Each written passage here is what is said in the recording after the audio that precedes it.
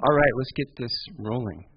God, it's great to see all of you. Thank you for coming. I'm Brent Walth. I'm an associate professor at the University of Oregon School of Journalism and Communication. Only professors care about that title. I was in the business for 30 plus years, and I feel like I'm still a journalist now. I work with students, helping them get published all the time. And I'm thrilled to be here, and I love the work that Forge does, and to talk about this topic, which is Watchdog reporting. I want to give credit to Les Seitz, who was teaching me how to do this before we even met. So, thank you. The title of this talk is How to Do Watchdog Reporting on the Fly. And you may feel after a little while that's not quite what I'm talking about, because nothing here happens too quickly in this work. But I want to also give you a warning that you may feel overwhelmed. I've never given this talk where people have walked out and said, that was a lot of information.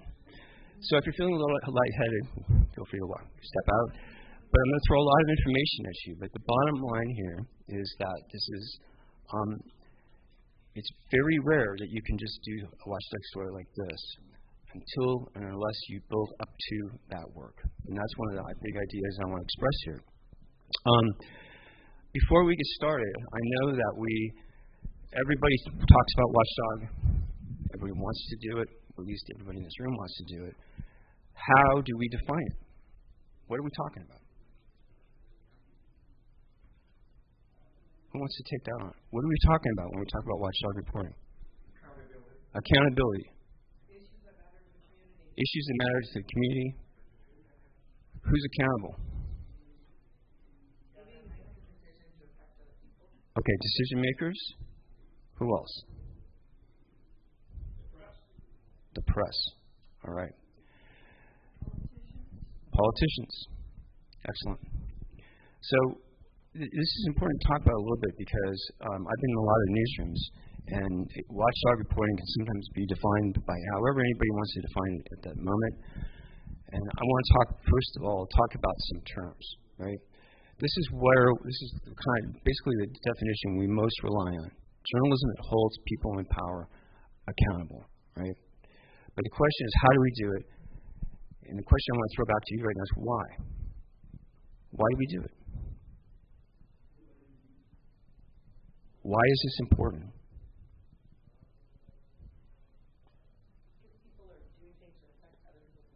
Okay, people are making decisions that affect other people's lives. We care about our communities. Yes.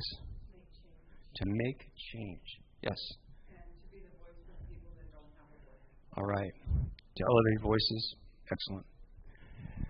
It sounds kind of basic, but I want to clear that out, get all that out there, because a lot of times we take it for granted. This is our job. This is what we do. But the value of it is quite powerful. What I said a second ago is, even though this title of this talk is Watchdog on the Fly, there are no shortcuts. And my concern was always, and I made this mistake as a reporter, trying to do things quickly, do them fast. If I didn't end up making mistakes, oftentimes the reporting might come off as gotcha reporting, and that's not at all what I'm trying to talk about today. The idea here if you're a reporter, to turn yourself into someone who is thinking Watchdog all the time. If you're an editor or your manager, how to better coach and how to encourage your writers or your reporters to do that kind of work. And again, I want some acknowledgments. There's a long list of people that have contributed, whether they know it or not, to the talk I'm about to give. Almost nothing here is original to me. People I've worked with, like Les, a lot of my colleagues, a lot of people who I really admire, as well as people I've never met from an organization called Investigative Reporters and Editors. I've sort of absorbed a lot of this over the years. This talk I first started to put together 25 years ago, and it's all been drawn from people smarter than me, right? But my job here is to try to bring it all together. 3 big ideas as we go forward. A Watchdog mindset, Watchdog strategies, and how to find stories. Those are the 3 things I want to focus on. And we're going to get to the finding stories. Where do you go? What do you look for? But I want to talk about these other topics first. The mindset is essential. You can't one day decide, I'm going to be a Watchdog reporter and not change your approach, change your style. It's great to have that instinct. It's great to have that desire. But it really requires, if you're not already doing it, changing the way you think about your work. So the mindset is really the things I'm going to talk about here at the start. To understand what's at risk if we don't do this work. We just were touching on that, right? The question you're always asking as a Watchdog reporter are how are things supposed to work? A Watchdog reporter has to be positioned to constantly expect trouble. I'll talk about that one in a second. Identify who's accountable. We just talked about people in power and accountability, but that's not always easy. Seeking the missing W, and I'll talk about that in a second. Questioning the conventional wisdom. Daring to go against what everybody seems to know is true. Who is doing it better? If there's a problem in your community, there's got to be some place, some town, some state, some county who has begun to figure the same problem out in some way. And that's Watchdog reporting to. And then the question of impact. Let me just jump right in. To know what's at risk. I gave this a version of this talk at the Oregonian when I worked there when we 1988, 1999. And I was working for an editor at the time, and I kept saying, we're missing stories. And why are we doing this? We're getting beat by other news media. And at the Oregonian, with 350 people in the newsroom, we shouldn't have, at that time, we shouldn't have been getting beat. And she said, well, smarty pants, you think why don't you go out and start coaching how to do this work, right? And many of us, including Les, have been coaching this for a long time. And the first time I gave this talk, I overwhelmed everybody in the room with to-do lists of everything you should be checking. And somebody asked me, a veteran reporter, why are we doing this? Why don't we just keep doing what we're doing? And I was stumped because I hadn't really thought through the why. Sure, elevate voices, because people's lives are affected if we aren't doing this work. So I went away, and the next time I did this talk, I said, we all know about news values, the textbook news values, proximity, prominence, timeliness, etc. But what we don't talk about are Watchdog values. And in the room at the time, people were quite questioning, why should we have values? And I said, well, because if we don't have them, we're not going to pursue the kinds of stories that we're talking about. And what do we talk about when we talk about Watchdog values? We're talking about being aware of justice and injustice, of equal access. We hear about voting rights. That's the kind of thing that I'm talking about. Public health, public safety, the public treasury, protection of consumers, and the integrity of public officials and public figures. And I beat the Watchdog analogy to death, right? Some tenacious dog walking up and down the chain link fence saying, this is my territory and no one's coming near it. And the analogy was, if you have a beat, no one's coming near it. And I don't mean just a competition. I mean, no one is going to challenge these values unless you're writing about it and you're reporting on it. And I sort of stuck with these. Yes. Yeah. Sure we have facts for that? I would say facts are a basic journalistic value, right? And I'm going to talk about that as we go. But to have a mindset that, I'm actively watching for injustice. I'm actually actively watching and listening for questions about public health, public safety, and so on, is a switch for a lot of folks in terms of mindset. One of the things it's fundamental to accountability reporting, whether it's Watchdog or it's investigative reporting, there's a lot of mix there, is understanding how things are supposed to work. There's an adage in investigative reporters, I say it all the time, how are things supposed to work, and how do they really work? And best as I can tell, that quote came from this writer, Paul Williams. He wrote a textbook in the mid-'70s. It was one of the first to ever come out about investigative reporting. It's still one of the best. And this was the phrase he used that has picked up for decades ever since. Don't report what people tell you about how things work. Explain how they really work. For our systems and for our society, all the institutions that we count on. Absolutely. So how do we do that? What's the mindset? Do we just rely on what people tell us? No, we have to go find it out for ourselves. And there is a phrase that we use a lot, which is the rule book. What do the rules say? Sometimes it's state law, but it can be administrative rules, it can be policies, it can be guidelines. For a nonprofit or a church, it might be bylaws. For a city or a county, it might be a charter, as well as ordinances. There are policies and systems in place a lot of times in public agencies, whatever they might be. And they also include political promises. I'm going to fix this. I'm going to do something about that. These become your baseline. These are the things that we react against, the things we test against. Are public agencies, nonprofits, businesses living up to not just community expectations, but their own promises? And without that, we really don't have anything to press up against as Watchdog reporters. So that becomes a fundamental thing that you're looking for at the outset. As I said before, we have to expect trouble. And I got to the point as a beat reporter where I was looking for trouble so much of the time. I missed a lot of good stories that weren't necessarily about Watchdog things. But the fact was, and maybe I was accused of being a little cynical at times because I was constantly looking for things that were going wrong. But you have to anticipate it.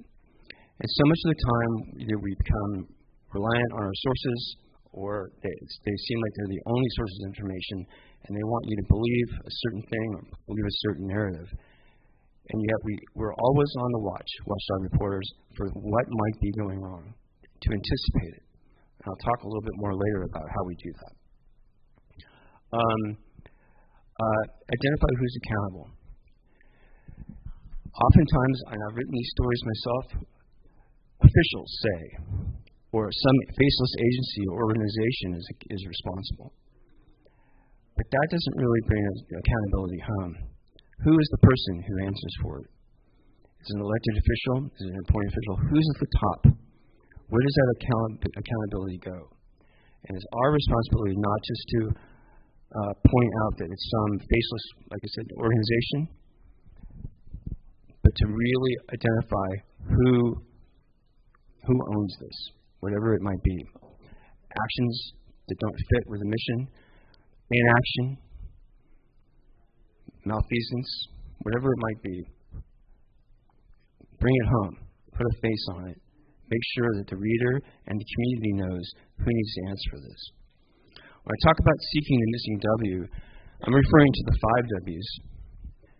Which one of the W's do you think is missing most of all? When we write a lead, we want to get across the 5 W's. Which do you think is the most elusive W of them all? The why, exactly. Why is that?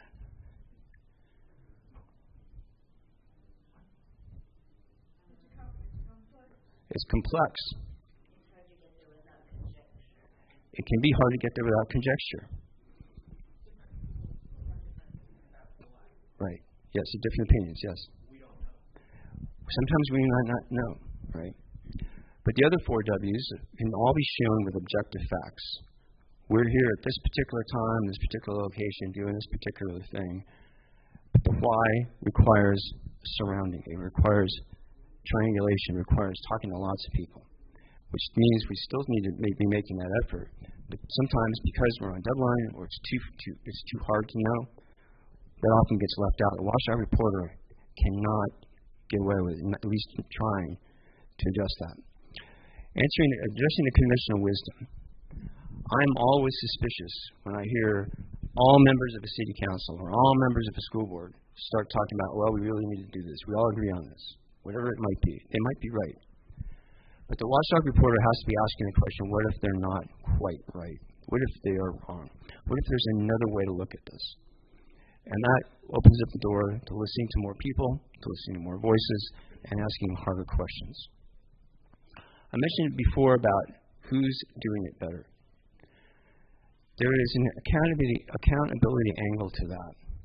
If you have a community that is, let's say, dealing with low high school graduation or high absenteeism, but there's a school district somewhere in the state that is actually graduating more students, dropping or holding steady their absentee rate, and that school district is very similar to your community in terms of socioeconomic data and all of that. If you look at that community that's doing better, you bring that back home, that's accountability. I can't tell you how many times I worked on a story and went to people in charge and I said, well, there's nothing we can do about that. I once did a story involving the city of Portland, and the mayor at the time said to me, well, Brent, there's nothing we can do about that. So then we wrote a story and had a little box about all the things that were being done about this or could be done about it or done in other places. And I mailed it to her. I said, put this on your refrigerator. She wasn't pleased with that, but that was okay. I knew her well enough that I could try to get away with that. But the bottom line is when you show that someone else is doing it better, making progress, can demonstrate that they're working on this issue, that becomes accountability too. And finally, the question of impact. We struggle with this as reporters because we're not supposed to care, right? Objectivity, this notion of objectivity means that we're supposed to write our stories and whatever happens, happens. But that's never been true. Objectivity is the deletion of values in your reporting. But it's not but oftentimes what we mean by that is your personal values. What I'm talking about here is what are the community values? What does the community seem to care about? What should it be caring about? And that's where we start to look for opportunities for impact. What are the stories where a difference could be made? What are the stories where a difference should be made? And that helps us make choices as we go forward. All right.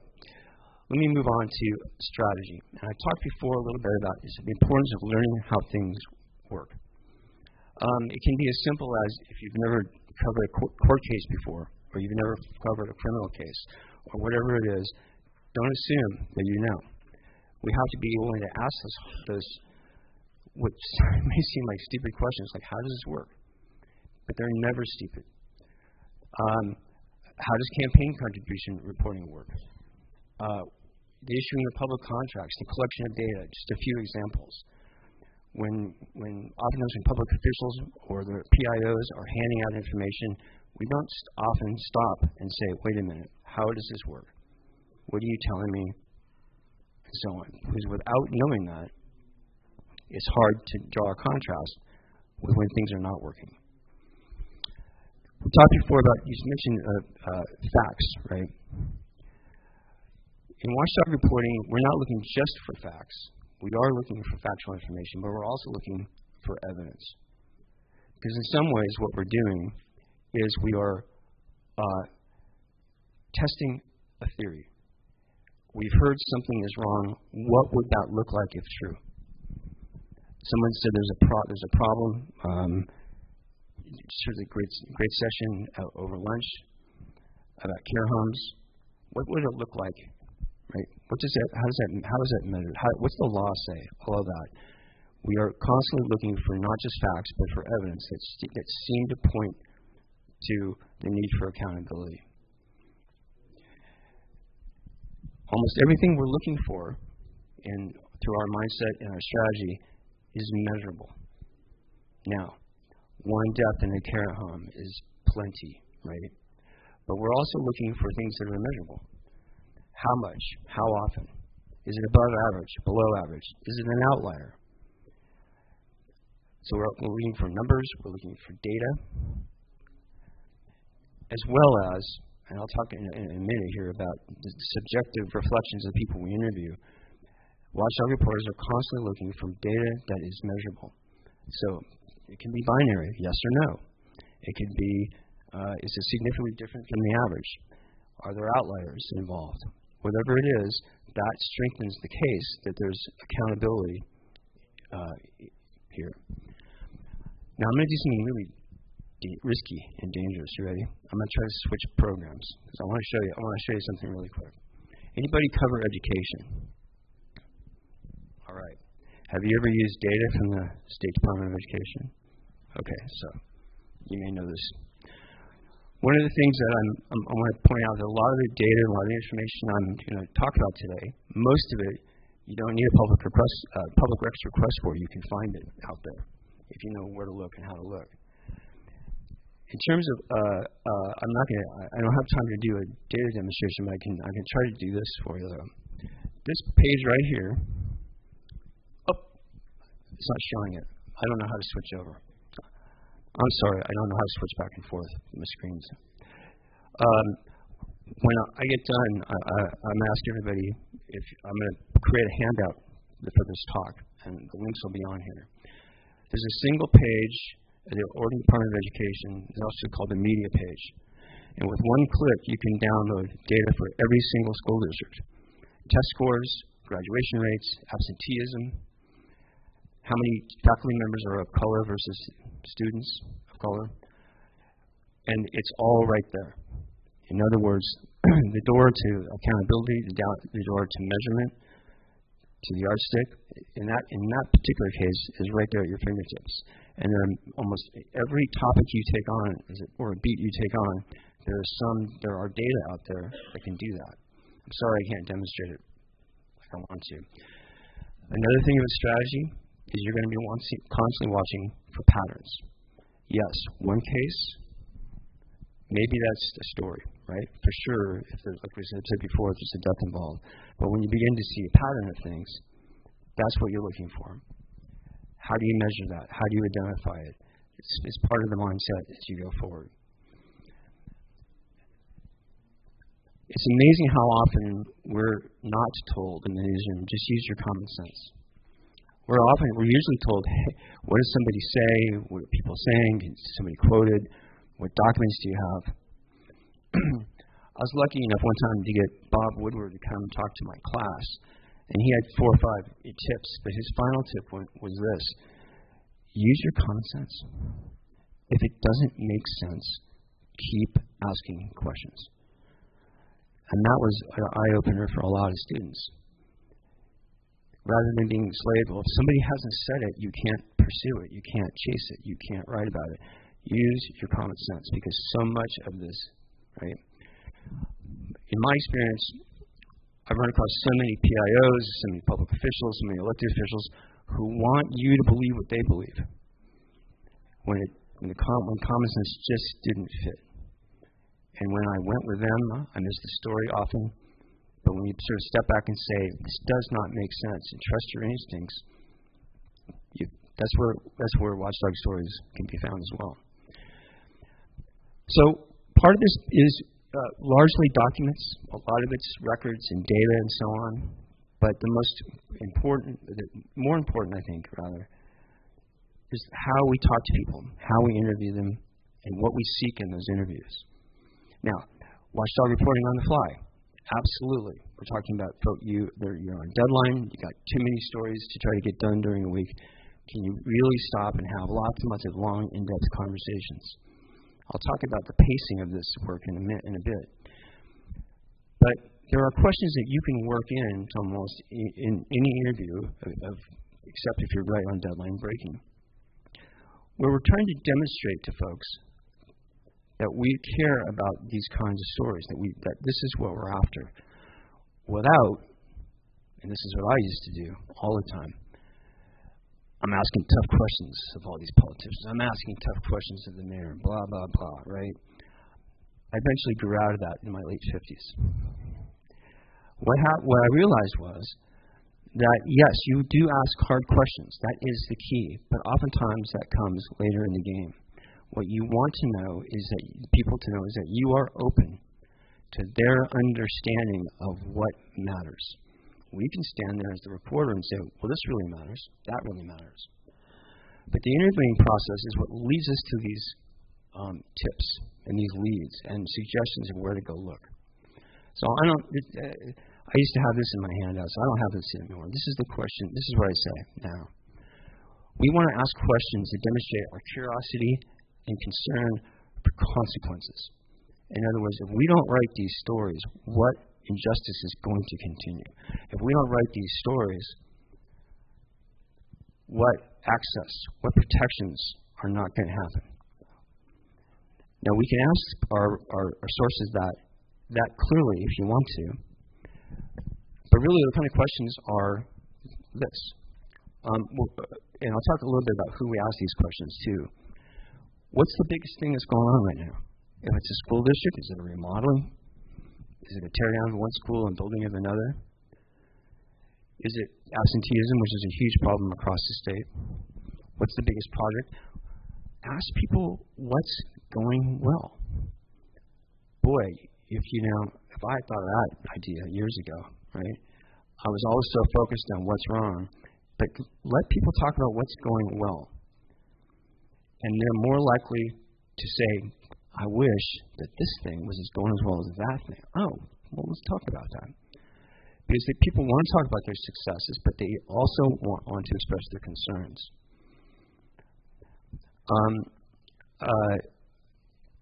What's the biggest here? How do things work? Right? We talked about that. It's okay just to ask that. How is it supposed to work? And is it working like it should? It's perfectly okay to ask those questions directly. What might it look like if it's not going well? How do we know? Right? What do you see as an injustice? What worries you the most? What stories are we missing? That's a great question. It acknowledges so much about what we do, and it opens the door to a lot of ideas. What's something that you wish the public would understand better? Now, here's a question I want you all to help me complete. All right? The Mad Libs question. You're working as a Watchdog reporter, and you're talking to someone within an agency or a nonprofit, an elected official, folks in the community, and you want to know what they know. You want to uncover what they think they've heard. What do you put in the blank?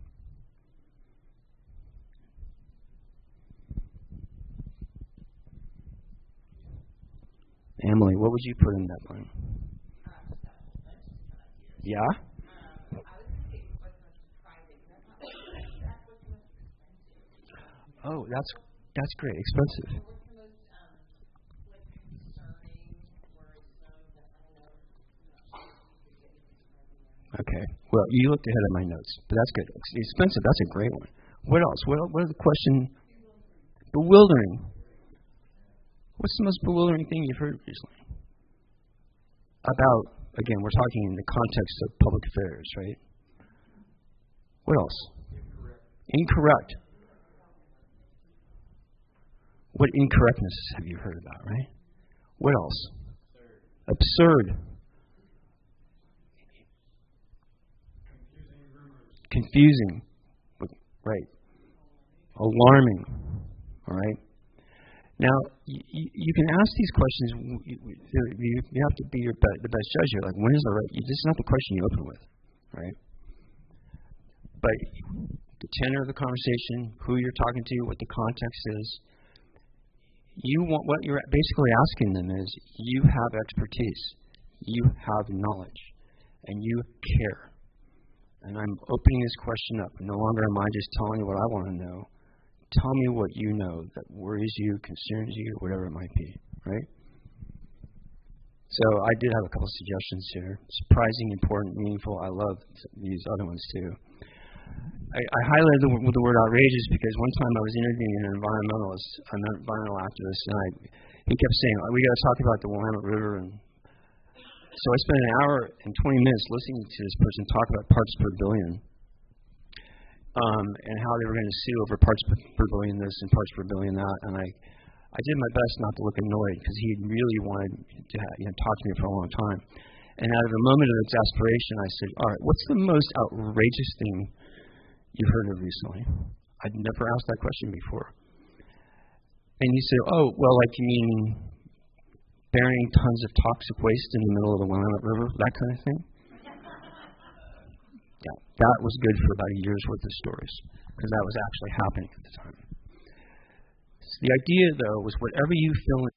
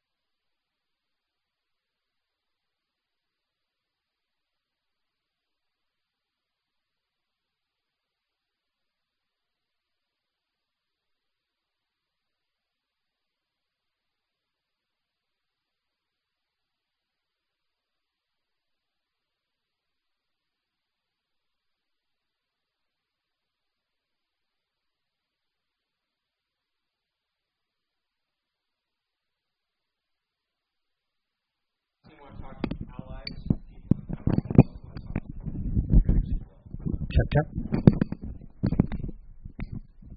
Thank you. I'm back. You want to identify what we call connectors. These are the people through whom information passes. They can be PIOs, but they're people who sort of like know everybody and what everybody's doing. They can also be collectors. There are people who might be in the community. They might be people in nonprofits or advocacy groups who are been watching these issues for a long time. We're not the only watchdogs out there, and we need to find who those people are in the community. The other key group that we are always looking for in watchdog reporting are outside experts, and by outside I mean they do not have a stake in this. They don't care whether the mayor's plan works. They don't particularly care whether that particular superintendent succeeds. They're interested in the policy. They know what's happened elsewhere. Those are the kind of folks that we're talking about and we want to find. Here's the thing I want to emphasize. And this is where people have before have said, man, you just overwhelm me with all this information. I thought this was supposed to be like quick watchdog. You need to pace yourself. Because the building up of this takes time. It takes time to get to know the sources. It takes time to get to know the agencies you're covering. So that when you start to build momentum, you start to build expertise. You want to become an expert. That's something we don't talk very much about in journalism, that journalists themselves become experts. We keep wanting to say we rely on other people. But count on using your own expertise. That you can't cover everything at once. You can't everything, the stories, ideas I'm talking about in a minute, you can't do them all at once. And the hardest thing sometimes is to hear a talk like, I know I've had this, you hear a talk like this, sort of think, boy, I'm going to go at this hard, and then 2 weeks later realize you've barely had time to do something, right? You want to set expectations. You can't check out everything. You can't check it out all the time. But if you're doing many of these watchdog steps and these watchdog checks, even a little bit, that's more than you were before. And you begin to build momentum. And the more you're able to write about things, the more stories will come your way. All right, let me talk about actually where we find some of these stories.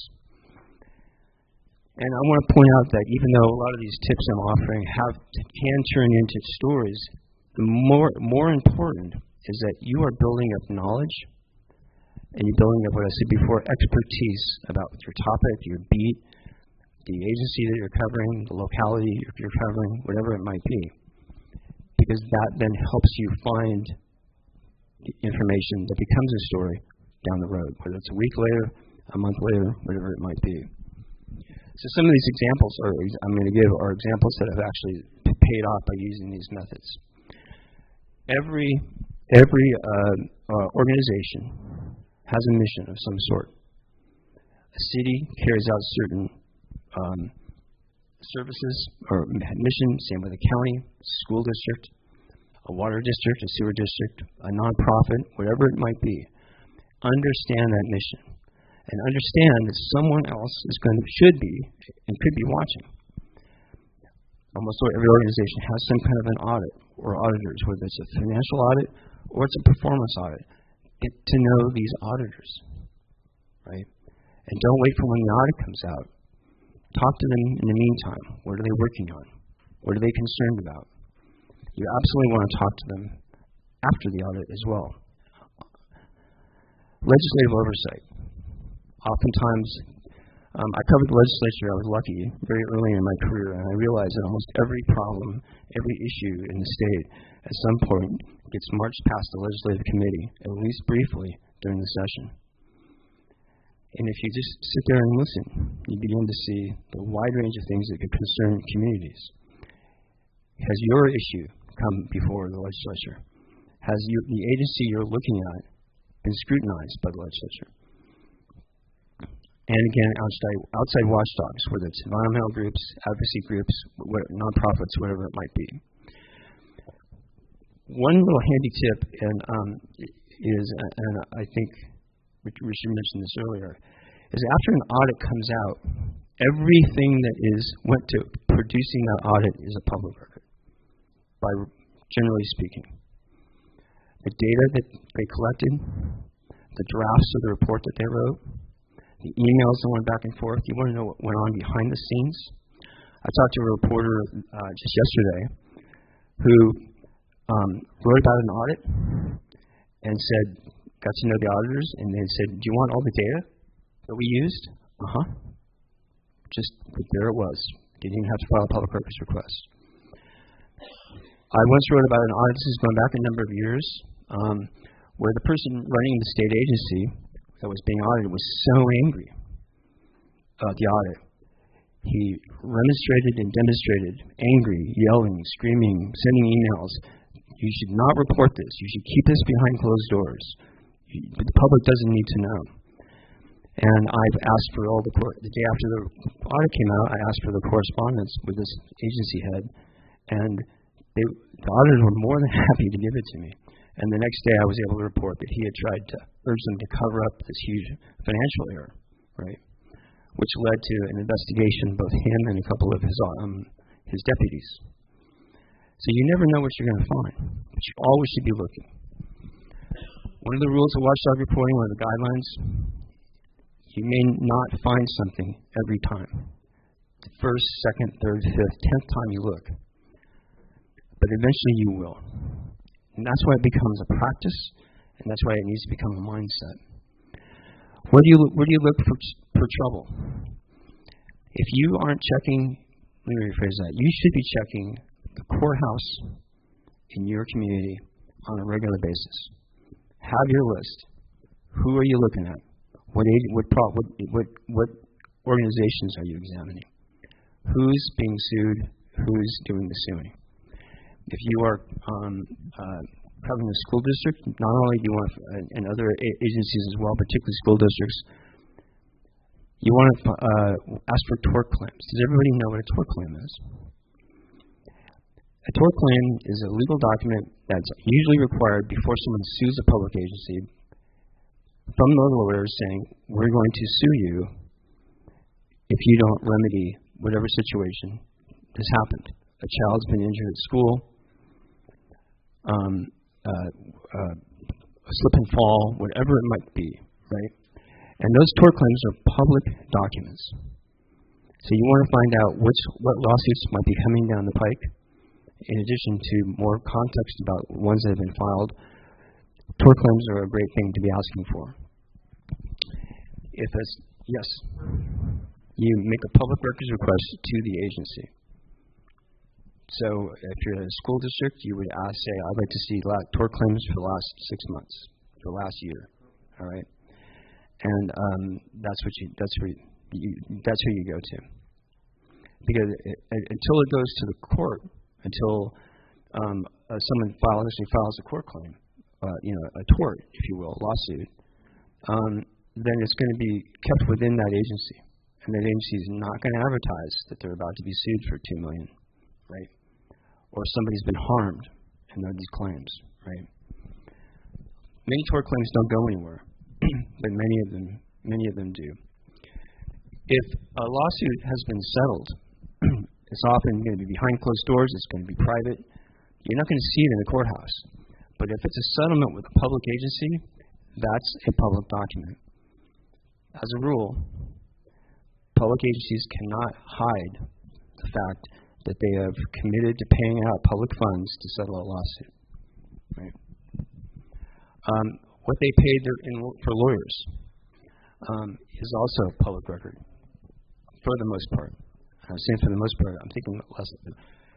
I'm sure Les has. We have stories where this should be public, but we still have to fight for it. Right?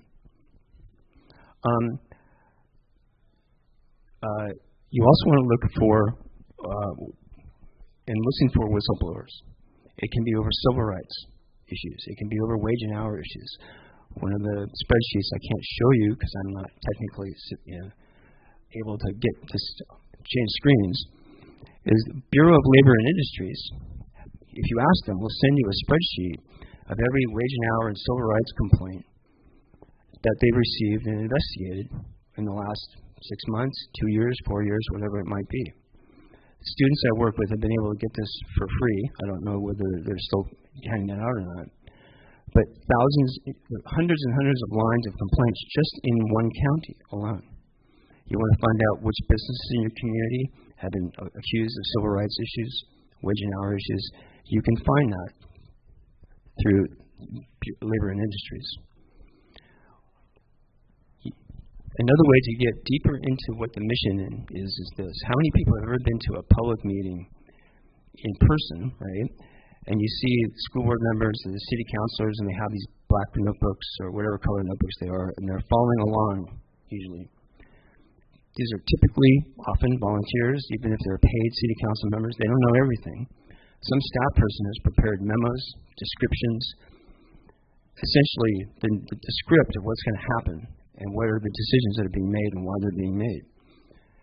The public rarely hears and sees what's in those documents. Those are all public records.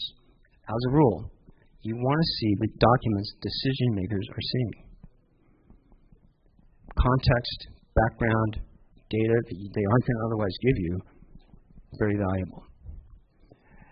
Another lesson I've learned is that you want to see the records, the public records that other people want to see.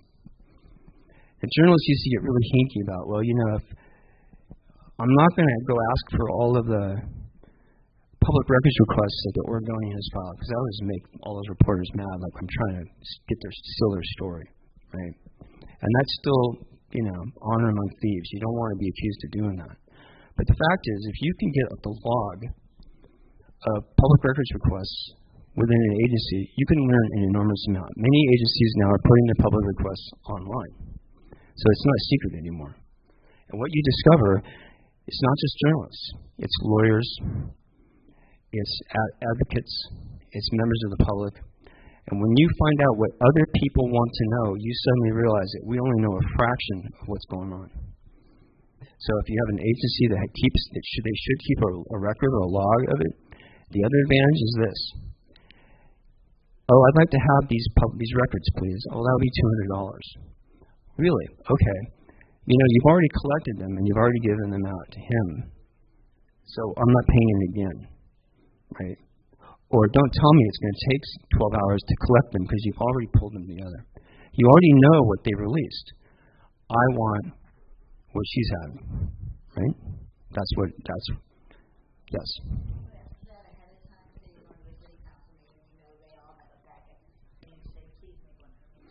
That's a great question. Couldn't you be asking ahead of time? It depends on the agency and how cooperative they're going to be. My experience was if I'm asking every single time, after a while, they're just going to have one ready for me. Nowadays, it's not a stack of papers. It's PDF, right? Remember, I started in the last century, right? So that oftentimes, it all depends on how cooperative they want to be. But if you explain to them why you're doing it, I'm making my stories. I'm interested in precision, completeness, context. That's the reason. And what it also does, it strengthens your muscles as a watchdog reporter. You get them accustomed to you wanting documents and providing background, and it builds your expertise so that when something seems to be going wrong or it doesn't sound like it's going right, you're on it. Okay? All right. Yes? I dealt with the city council in the past whose attorney would hand out a memo or something, during an executive session. He would also say you can take notes, but everything I've given you, you'll give back to me at the end of the executive session, and I'll collect your handwritten notes as well. Should those be public documents?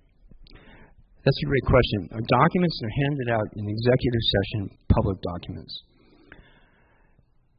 I would say they shouldn't be handing them out if they're not public. Because once they do that, they sort of begin to lose, that protection.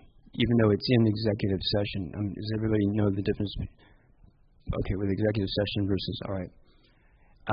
We can be in executive session. We can't report directly on what happened in the room. We can walk outside the room and use what we've learned in our reporting, but we can't report it directly. And handing something out in executive session typically is going to mean it's protected.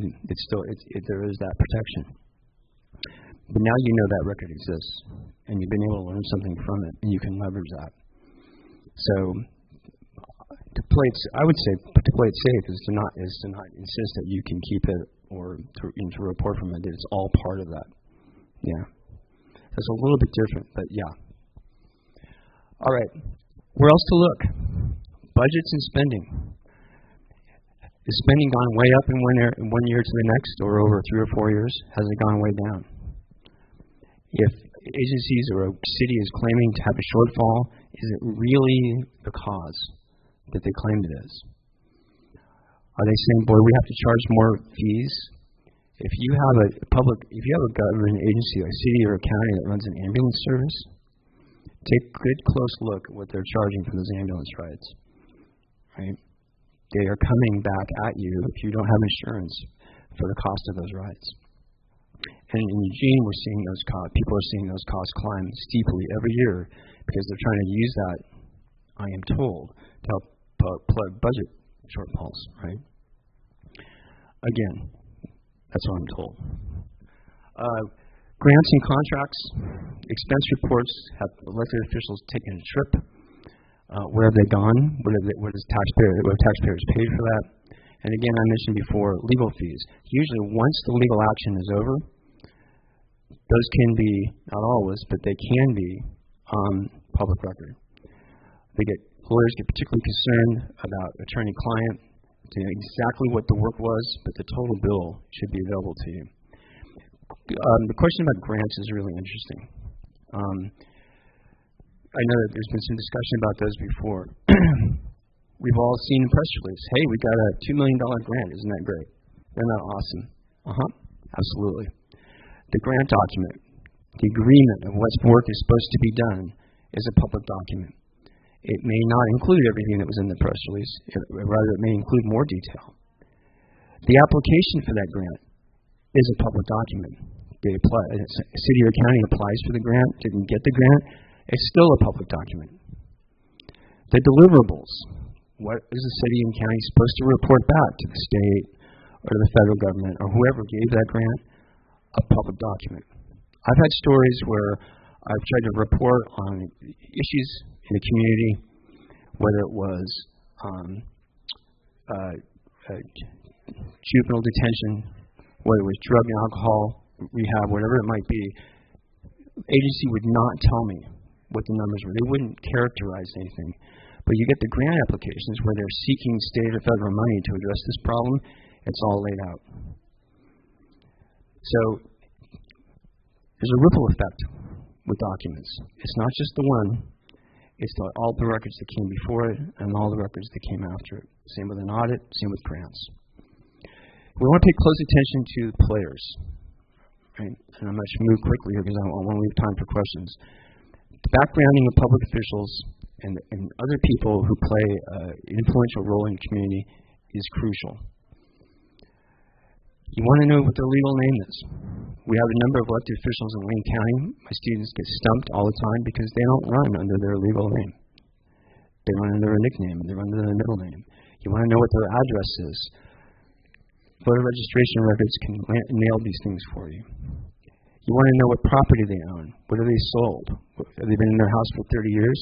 Or do they keep flipping houses? How often do they vote? One of the great stories you can write. I'm all for democracy, but they've only voted twice in the last 20 years. That's all public record. The background resumes, oftentimes described in a voter's pamphlet, personal bios, social media. I mentioned property ownership before, but the resumes are really classic. I'm going to share one of my favorites with you. This guy was in the state legislature for a long time before he was elected to the Office of Metro in the Tri-County area in Portland. And avuncular, funny, a great source for reporters because he couldn't keep a secret. Oh, he was great, you know. He was telling all sorts of stuff. So everybody liked him. And nobody bothered to really check his resume. So when he said that he had a PhD from Columbia University, nobody checked. He didn't have a PhD from Columbia University. He had a PhD from Columbia State University. And you're all thinking, oh yeah, Columbia State. Diploma mill in Louisiana, owned by a guy who used to be a Las Vegas psychic. Now, it is against the law, believe it or not, to lie in the voter's pamphlet. This portion of the voter's pamphlet, you have to sign it under penalty of false swearing that it's all true. And there have been a number of politicians who exaggerated and made stuff up. Never saw any real penalty for not telling the truth. But you, as a Watchdog reporter, again, expect trouble. 99% of the time, you're not going to find an issue with people's resumes and bios. But there are still politicians out there who think, who's going to check? No one, unless you do it. It's not that we're looking for slip-ups. We're not looking for liars. We are. But that's not all we're doing. We want to know everything we can about our elected officials. So this is a practice of not just holding people accountable, but building their expertise. Oh yeah, they were in college studying this. Oh yeah, they were in the Army during these years, right?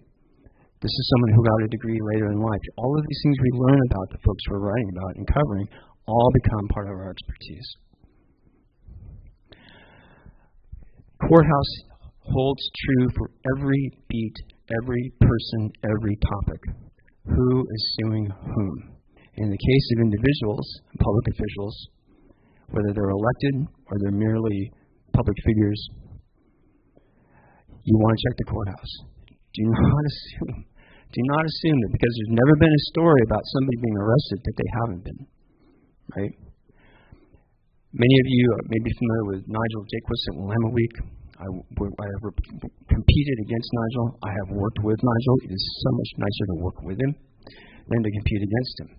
One of his secrets, he doesn't mind me telling you this, he runs every single person he writes about, not only through the courthouse, but he picks up the phone and he calls the police agency where they live. Has this person's name ever appeared in a police report? And you'd be thinking, well, of course not, right? What famous person, what elected person, what leader of industry would have been arrested? He's turned up more cases of domestic abuse, of other crimes, other issues, through doing that. And one of my favorites was, several years ago, there was a candidate for the city of Portland, for the mayor of the city of Portland, named Eileen Brady. And she looked like she was the leading candidate for mayor. Well, Nigel did what he always does. He runs the book on everybody. I do it. I'm certain Les has done that because we're looking for trouble. We run the book on everybody. And when Nigel ran the book on Brady, what he found was that several years earlier, she had been ticketed. Well, we all get tickets, right? She was ticketed for riding her bicycle through Waterfront Park in Portland in an area that was closed off to bicycles. It was a big festival. You don't want to be crashing into people. No, she's just pedaling her way through it, and a police officer stopped her and said, "Ma'am, you can't be doing that." And she got angry at him, and he wrote her a ticket. And he also wrote down every single thing she said, including, "I know people at City Hall. You're making a big mistake. I have friends there. You sure you want to do this?" Etc., etc. Right? Ms. Brady also told me she was quote-unquote close friends with three city commissioners and would hope that my decision would be influenced, the officer wrote. The end of her mayoral campaign started with this story. It may seem small, but it began to reveal something about her character that showed up over and over again, right? Is this a gotcha story? I don't think so. I think this speaks to somebody's approach and to their character. Whether or not you would write this story, whether or not, and I would do it all over again the same way, I was the editor on this, you want to know. It is better to know and not publish than not to know and see it in someone else's publication saying, yeah, we should have known that, right? That's part of the diligence of the Watchdog reporter. This one's a little bit more serious. We had an elected official. He was a state rep and a state senator who eventually became a city councilor by the name of Randy Leonard. Leonard became, at one point, the most powerful elected person in the city when the mayor at the time was weakened by scandal. And Leonard basically controlled the city for over 3 or 4 years there. Former firefighter, union leader, and a colleague and I was doing a story about Leonard's past as a union leader in the fire department. And he started to talk about various issues he had had during those years, and we began to ask questions. And what we realized was that even though this person had been in elected office for almost 16 years, no one had ever run the book on him. Part of the challenge was Randy's not his first name, Charles. So when he started to run Charles in the places where he's lived, as opposed to just in Multnomah County in Portland, we found allegations of domestic abuse. They had never come out in his 16-year political career. And boy, Randy did everything he could to stop us writing about this, but it was relevant to our story, so we did. Don't assume that because somebody's been around a long time. Now, is this disqualifying? No. It's contextual for this story. I can think of 2 or 3 elected officials in Wayne County that had DUIs in the past. Voters know about that. They still re-elected. There's at least one elected official who's had a huge bankruptcy in the past. I don't know that voters know about that. But all of this becomes contextual. Is it important to report on it? That's an individual story-by-story decision. But the Watchdog reporter knows about it because she has found it out. And you're then able to make the choice. Is it news or is it not news? But it's part of your expertise. I'm going to move very quickly here. Campaign finance. I would love to be able to do a demonstration for you how easy it is to find out every single dollar a politician has taken into the state of Oregon and every single dollar they've spent. I'll put that in the handout. You want to be familiar with the money that's coming in and coming out. It can be very simple. You want to know who the biggest donors are. You want to know what the patterns of contributions are. This reporter, Alan Torres, graduated from U of O J School 2 years ago. He's now working at the Register Guard. Very straightforward reporting during the primary election. He took everybody who was in a contested race and just listed the biggest contributors. Now, there wasn't a lot of context, but what Alan did was air out, shine a light on where they're getting their money. And I'm just picking this county commissioner just randomly. There's nothing here about these particular contributions. But if you live in Lynn County or you live in Eugene, some of these names are going to mean something to you, right? It can be very straightforward. It's not complex. It is not weeks and weeks of investigation. It's putting stuff out there. It's moving information from public information where most people don't know it exists to putting it out onto the record. Anybody know who this is? Brian. Yes. And what's he running for right now? I think so. So this is Brian Boquist, the state senator. He's quite a character, and one of the things that is really interesting is that you want to pay close attention to elected officials' ethics reports, and these are typically the documents where they disclose their financial interests. These are called statements of economic interest in the state of Oregon. Federal elected officials have their own reporting system. It's way more detailed and complex than the state level. But if you look at Boquist, for example, and I'm just using him because he's got a colorful background, he realized that he used to have something called International Charter Incorporated. It's still registered to his name, where he was hired by, in his own words, people from the government with suitcases full of money. Am I reading that correctly? Yes. Money was provided in his suitcase to fly people in and out of all sorts of places around the world. He also has owned, I'm not sure if he still does, but still registered, a firearms company that makes and manufactures firearms. It's not disqualifying. It's contextual. You'd never know that about this guy. But it's all laid out in his statements of economic interest. What companies?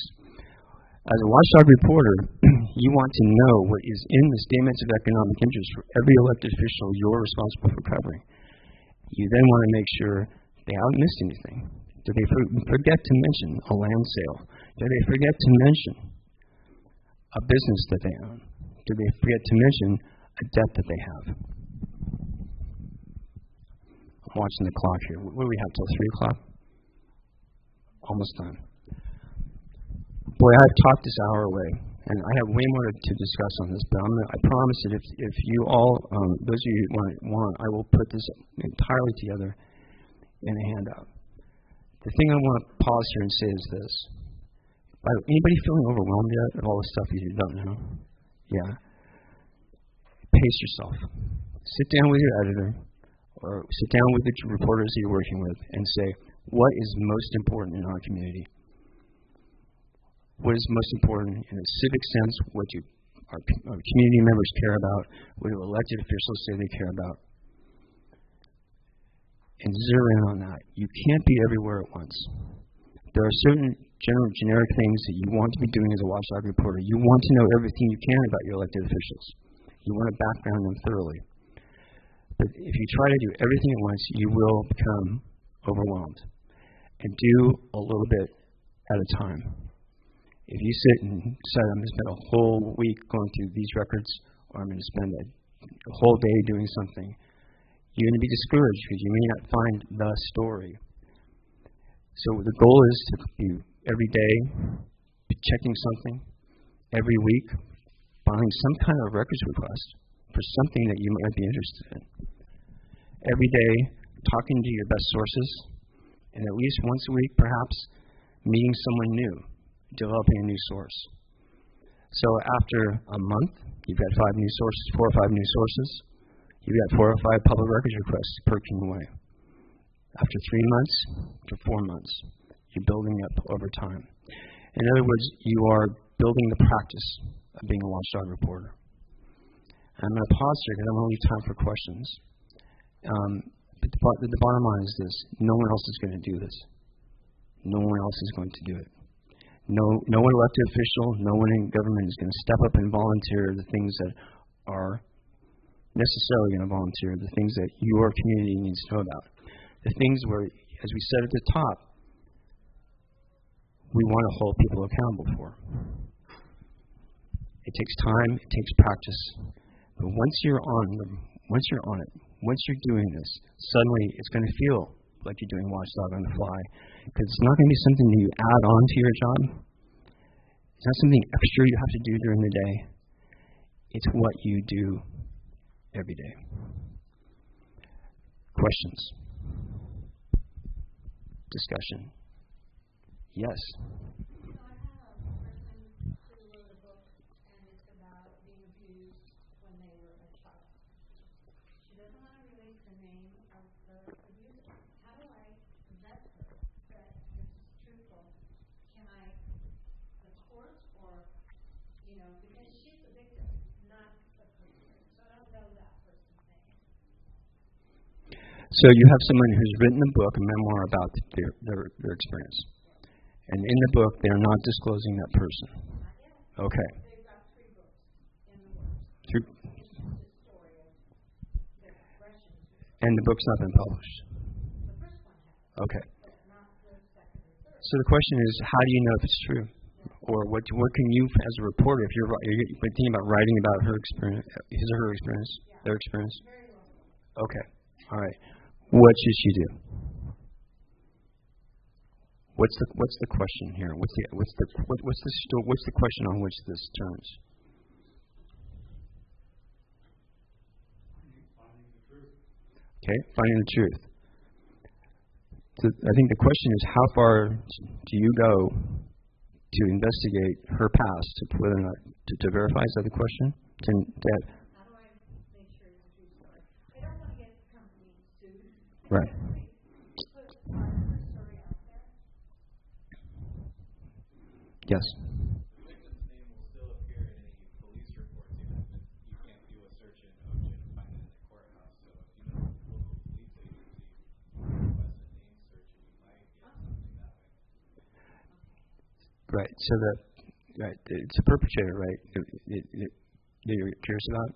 Yeah. Okay. That person, maybe if it was reported, right? To find out if, Right. he's found guilty. Right. So that could be a form of verification. Yeah. It's delicate because, in some ways, it's their story to tell, and obviously it's delicate. That would be my guess. Is how far does your paper or your news outlet feel it has to go to verify? What's the point at which you're going to feel comfortable? Want to release his names yet. His name, she's right here. Yeah. But because some people in the community will know who it is I see. if they know she's with. People in the community will know. Okay. It's a small. It's a great question. Tough question. Others, yes. But if she's going to be making money off this book, that should be verified, especially if we slander the guy and he can come out. Well, he's found out. Doesn't need, if what she said is correct, maybe it's not, there's not a story there. I guess I'm curious, kind of going off of her question, how, as like a journalist, are you going through like, do I publish this? Is that something that you address differently every time you come contact, or is it something that you should have guidelines for? Yeah, the question is, if you find something that is defamatory, at what point do you not publish? When do you publish? I say it's different for every story. It's different in every context. You have to weigh. Remember, our ethics code doesn't say do no harm. It says minimize harm, right? It's inevitable that in stories that are tough like this that someone might be harmed. You can't avoid it, but you can can minimize it. So for me, I think every story is going to be different. So there could be a lot of contextual questions about this particular story or this particular case. The story that I was participating in about the city commissioner outing the fact that he had 2 domestic abuse prevention orders or restraining orders filed against him by his ex-wife at the time, contextual in the story. We got a lot of heat for it, but we could explain it to ourselves and we could explain it to readers. Not everybody agreed, right? And my point in telling that story is don't assume that because someone's been in public life this long that somehow this stuff doesn't exist. You need to at least find out. But that doesn't mean you publish. There's been a lot of stuff that I've learned over the years that I didn't for that reason. We felt that harm was unnecessary and it wasn't contextual. Yes. Think about it on that. You talked earlier about using common sense, but when you refer to gun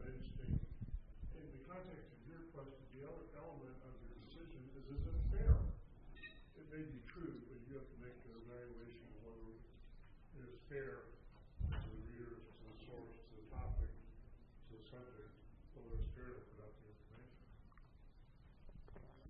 It's a great point, because there's still a question of fairness. And that's both what we see as a journalist, but also how our audience might react to that. But fundamentally, the news values, when it comes to that particular case, are going to be different every single time. Right. We have time for about 2 more questions. I'm sorry I didn't leave that much time for questions. Can you believe I talk too much? No, yeah, it's no problem believing that. Yeah. Yes.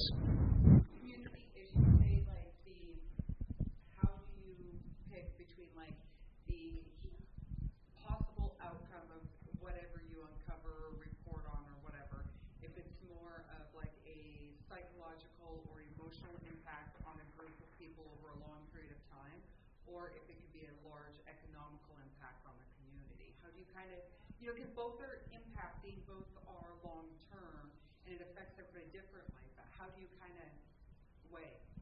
I probably need more specifics. Like,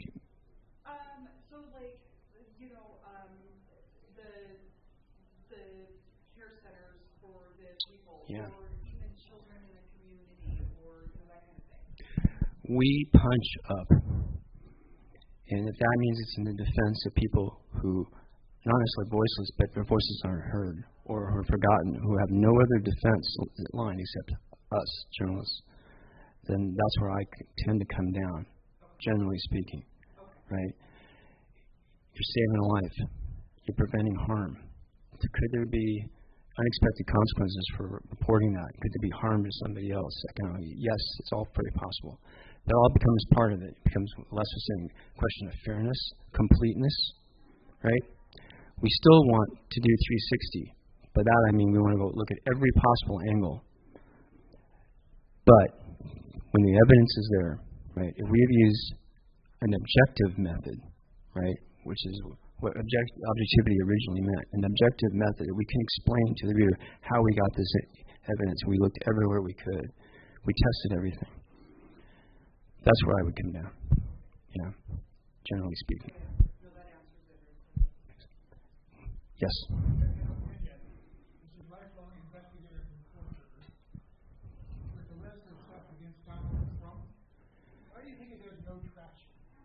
Oh, Trump.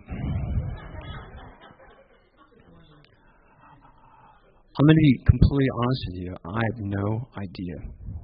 I have opinions. I tend to keep those to myself. I don't know why information that would sink most politicians just can in some cases elevate him as a candidate. I don't understand it. I wish I had a good answer. How many times have we seen a story thinking, that's the end of Trump? Every time. Well, maybe not anymore, but it's a difficult one because he seems to be playing in a different universe, and I'm sure everybody has an opinion on that. But that doesn't mean that Watchdog investigative reporter should ever stop on those questions and that pursuit. He's been so patient while I talked so much. So, here's what I'm going to do. I'm going to fly to the very, very end here. A lot of stuff I didn't get to. You can see. Look at all that stuff. Wow, look at all that stuff. You can see that I didn't time this talk, right? This is what I want you to see. That's me. Catalyst Journalism Project is a program I use I run at the University of Oregon. The reason I wanted to mention it is if you run into a story, particularly where there's public records and the agency is sticking you with a huge bill, contact me. One of the things we can do with the students is we can help with getting public records. We can help with costs at times. We've done that a lot we partner with our news partners. But also, if you want eager, smart students, by the way, University of Oregon, there are other universities like Oregon State who have great students too, right? Who want help on a story? You want help? Let me know. That's what we're here for. All right. Thanks for your patience. Thanks for your time. And that's my email. If you want the handout that goes with this talk, email me and I will send it, and you'll get the rest of the stuff we didn't get to. Thank you.